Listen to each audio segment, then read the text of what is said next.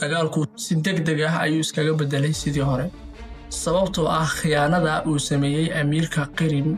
iyo khilaafaadkii ka taagnaa gudaha Cusmaaniyiinta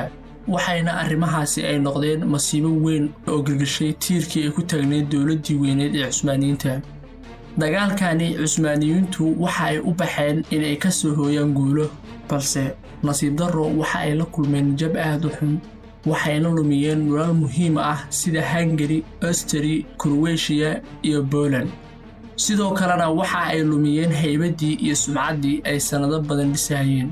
markii ugu horreysay taariikhdoodana Cusmaaniyiintu waxa ay saxiixeen heshiisyo bahdilaad ah kuwaas oo ay ku wareejinayeen nolol Yurub ah sida heshiisyada loogu magac daray Karlowisti, Kujakinarja iyo kuwa kale badan halkaas ayayna ka muuqatay daciifnimada Cusmaaniyiinta xilli Yurub ay sii xoogeysanaysay oo horumar sameeysay